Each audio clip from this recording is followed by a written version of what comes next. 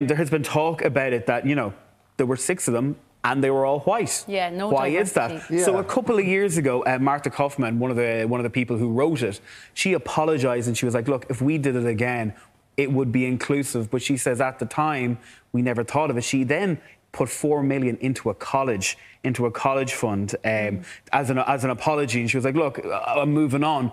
But the cast don't really talk about it that much. And Lisa Kudrow recently, I think 2 days ago, started talking about it, and she says you have to kind of look at it. She said she totally agrees.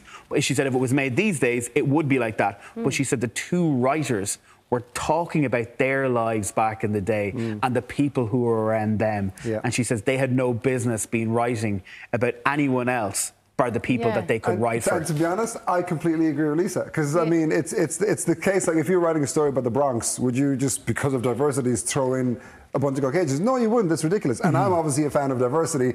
Hello, we're on the show together, right? Yeah. But I completely agree. I think doing it for the sake of doing it is actually worse. And I think if the stories were about a group of people who are all white, then that's the way it should be told. You know, so I 100% in Lisa's box there. And she's been talking about it loads this weekend.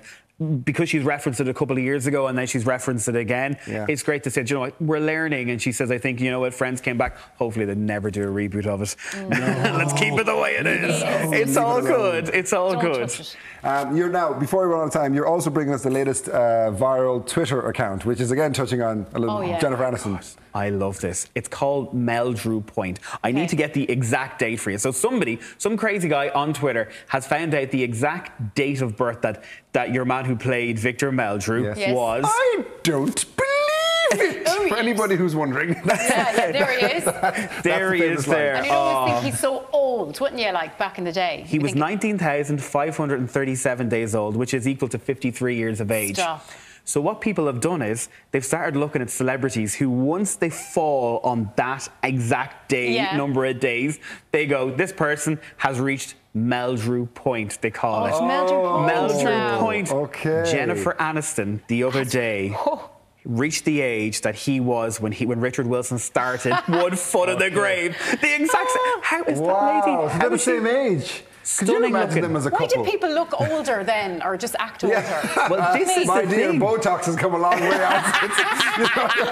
Sign me up. Very true. See, this is the issue, lads. They're looking at this now, right? And then they said, remember, and just like that, the Sex and the City spin-off.